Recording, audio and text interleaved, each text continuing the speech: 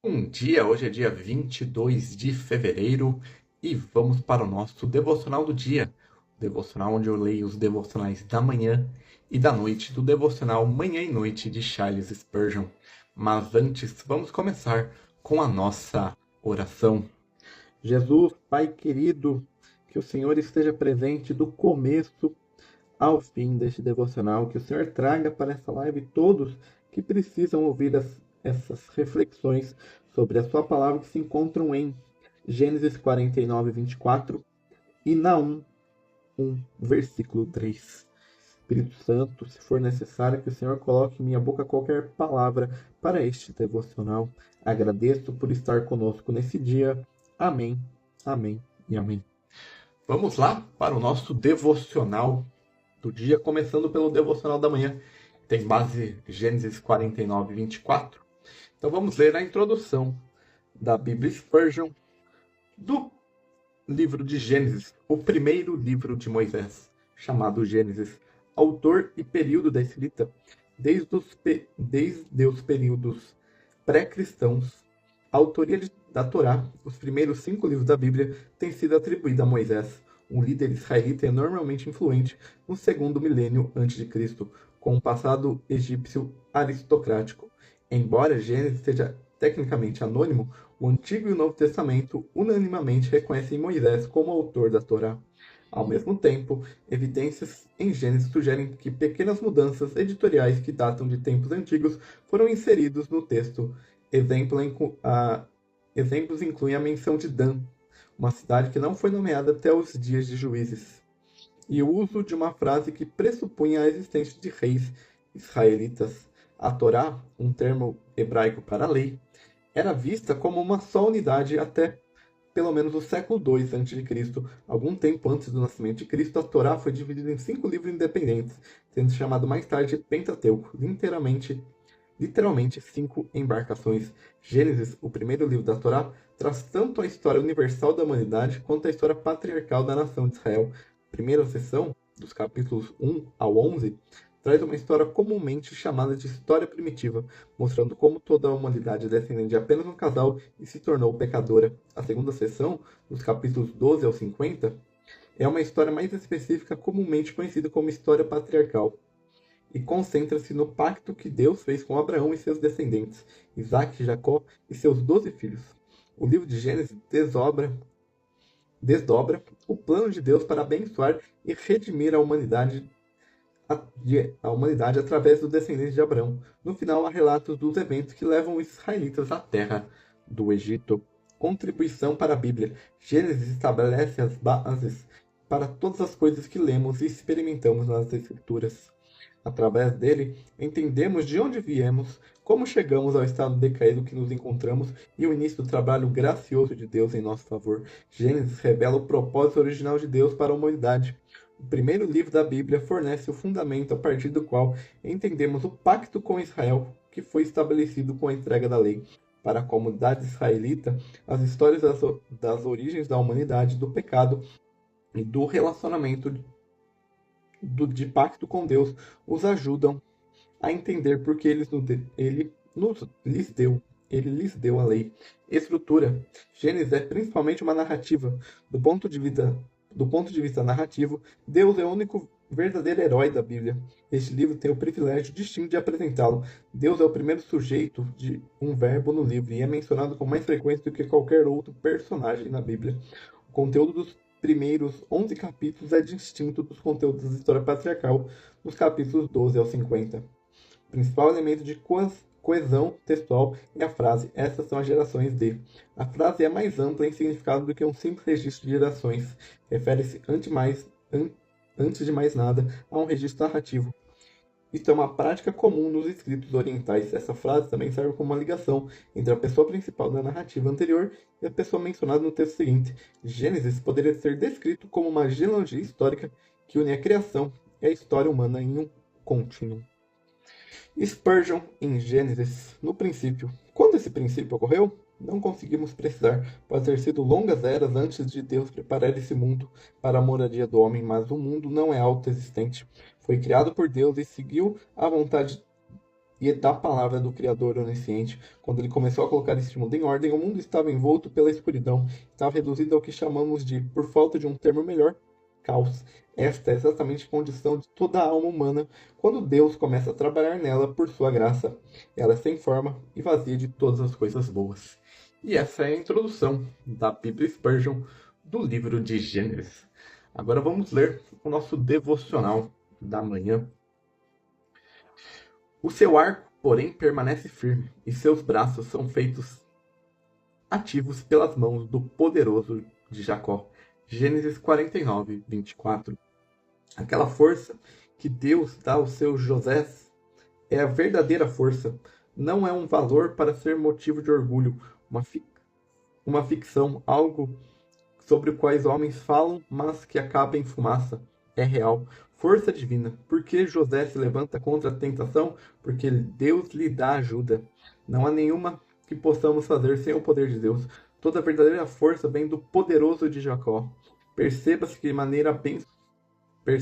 maneira abençoadamente familiar. Deus dá essa força a José. Seus braços são feitos ativos pelas mãos do poderoso de Jacó. Portanto, Deus é representado como se estivesse colocando suas mãos nas mãos de José e colocando seus braços nos braços de José. Como um pai que ensina o seu filho, assim o Senhor ensina aos temerem-no. Ele coloca seus braços sobre eles, maravilhosa e condescendência. Deus Todo-Poderoso, Eterno e Onipotente, levanta-te o seu trono e coloca suas mãos sobre as mãos de uma criança, esticando seu braço sobre o braço de José, para que ele seja fortalecido. Essa força também era a força da aliança, pois é descrito como do poderoso de Jacó. Agora, onde você ler o Deus de Jacó na Bíblia, deve lembrar-se da aliança com Jacó. Os cristãos gostam de pensar sobre a aliança de Deus, todo o poder, toda a graça, todas as bênçãos, todas as misericórdias, todas as consolações, todas as coisas que temos chegam a nós pela fonte divina, por meio da aliança. Se não houver aliança, deveríamos de fato falhar, pois toda graça provém dela. Com a luz e o calor vem do sol, anjos não desciam e subiam, salvo naquela escada que Jacó viu, no topo do qual estava o Deus da aliança? Cristão, pode ser que os arqueiros o tenham entristecido dolorosamente, atirando em você e o ferido. Mas ainda sim, seu arco permanece firme. Assegure-se de atribuir toda a glória ao Deus de Jacó. E esse é o nosso devocional da manhã. Agora vamos ler a introdução do livro de Naum, da Bíblia Spurgeon, que é a base do nosso devocional da noite. Livro de Naum, autor e período e época da escrita. Nós sabemos pouco sobre Naum, o sétimo dos 12 profetas menores. Sabemos que o seu nome significa reconforto, mas não conhecemos nem o lugar de onde veio. Alguns pesquisadores deduzem que tenha sido da vila de Al-Quiosh, no rio Tigre, perto de Mosul. Outros supõem em um lugar da Galileia, perto de Cafarnaum. Outros ainda acham ter sido a própria Cafarnaum, a vila de Naum. E finalmente alguns que creem que uma vila na Judéia, o qual é testificado pelos pais da igreja.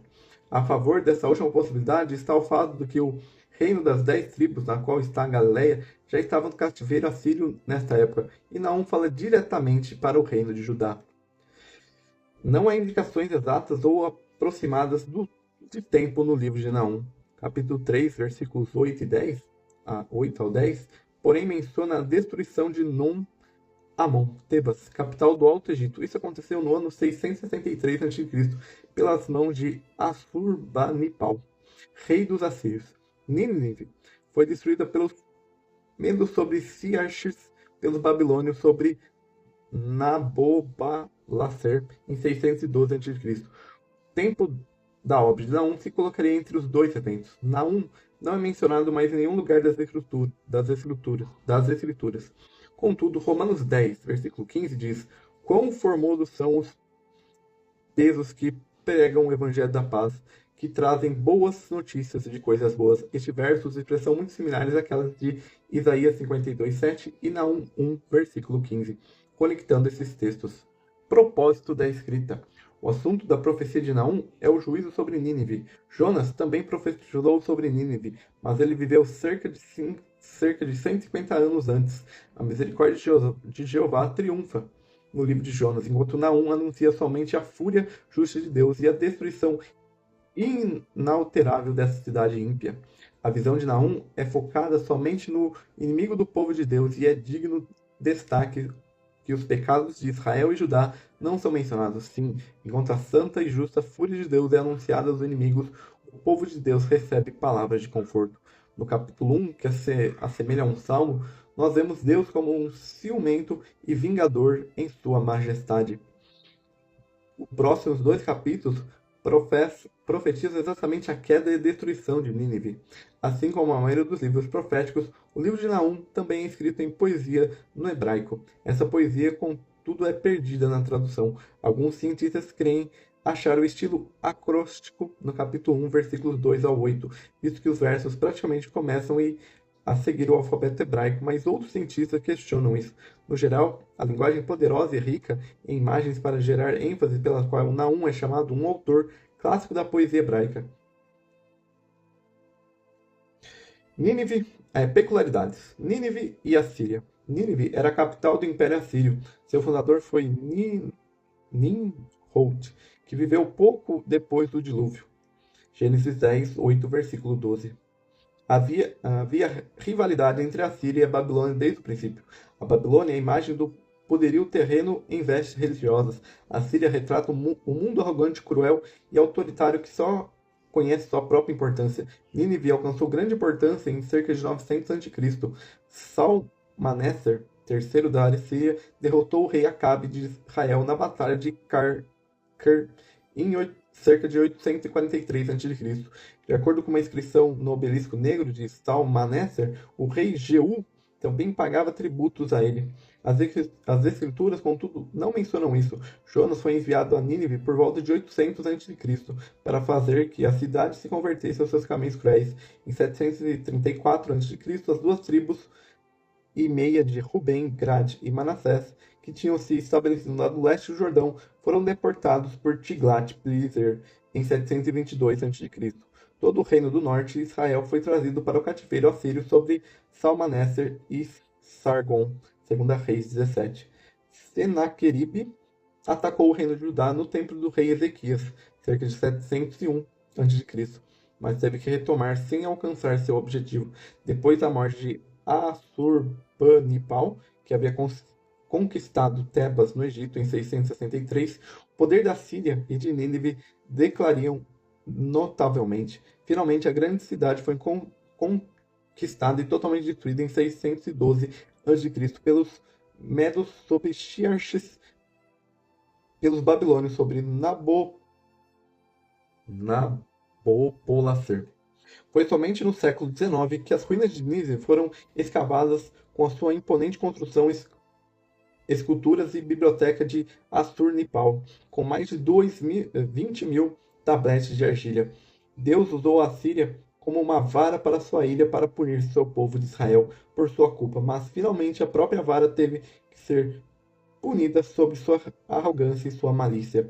Algumas referências sobre a Síria certamente ainda são cumpridas. O rei da Síria irá a Israel e ao Egito mais uma vez em um dia vindouro, encontrará o seu fim na Palestina. Contudo, destaca-se que, segundo Isaías 19, 23 ao 25, a Síria fará parte das bênçãos do milênio com Egito e Israel, mas sem Nínive, sua capital ímpia e destruída.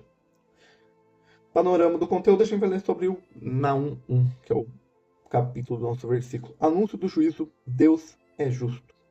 E essa é a introdução do livro de Naum, da Bíblia Spurgeon. Então vamos ler o nosso devocional da noite. O Senhor é tardio em irar-se, mas grande em poder. Jeová é tardio em irar-se. Quando a misericórdia chegou ao mundo, veio em córceis alados os eixos das rodas da sua carruagem avermelharam-se pela velocidade, mas quando a ira se adiantava, labutava com os passos lentos, pois Deus não se agradava na morte do pecador. O cajado de misericórdia de Deus está sempre estendido em suas mãos. Sua espada da justiça está embainhada, baixada por aquela mão de amor ferida que sangrou pelos pecados dos homens. O Senhor é tardio em irar-se, porque é grande em poder. Ele é realmente grande em poder, pois tem o poder sobre si. Quando o poder de Deus o restringe, então é verdadeiramente o poder. O poder que vincula a onipotência é a onipotência ainda maior. Um homem que tem uma mente forte pode suportar ser insultado por muito tempo e só se ressente do mal quando um senso de justiça demanda sua ação. A mente fraca se irrita com pouco, a mente forte suporta como uma rocha que não se move, apesar das milhares de rebentações virem sobre ela, lançando suas deploráveis malícias com spray sobre sua superfície. Deus marca seus inimigos e ainda assim ele não age, mais segura a sua ira. Se eles fossem menos divinos do que é, há muito tempo teria enviado seus trovões e esvaziado os reservatórios do céu. Ele há muito tempo teria explodido a terra com os fogos assombrosos de suas regiões mais baixas, e o homem teria sido sumariamente destruído, mas a grandiosa de seu poder nos traz misericórdia. Querido leitor, qual é a sua situação esta noite? Você pode olhar para Jesus humildemente pela fé e dizer: meu substituto, és a minha rocha, minha confiança? Então, amado, não tenha medo do poder de Deus, pois pela fé você já correu para Cristo em busca de refúgio. O poder de Deus não precisa mais aterrorizá-lo, como escudo e a espada do guerreiro não precisam aterrorizar aqueles a quem ele ama. Ao invés disso, alegre-se, porque é grande em poder seu Pai e amigo. E este é o nosso devocional do dia 22 de fevereiro. Amanhã nós voltamos com a nossa programação normal, devocional da manhã aqui no Instagram e o devocional da noite lá no TikTok. Tenha um bom resto de domingo, um bom início de semana e até o próximo.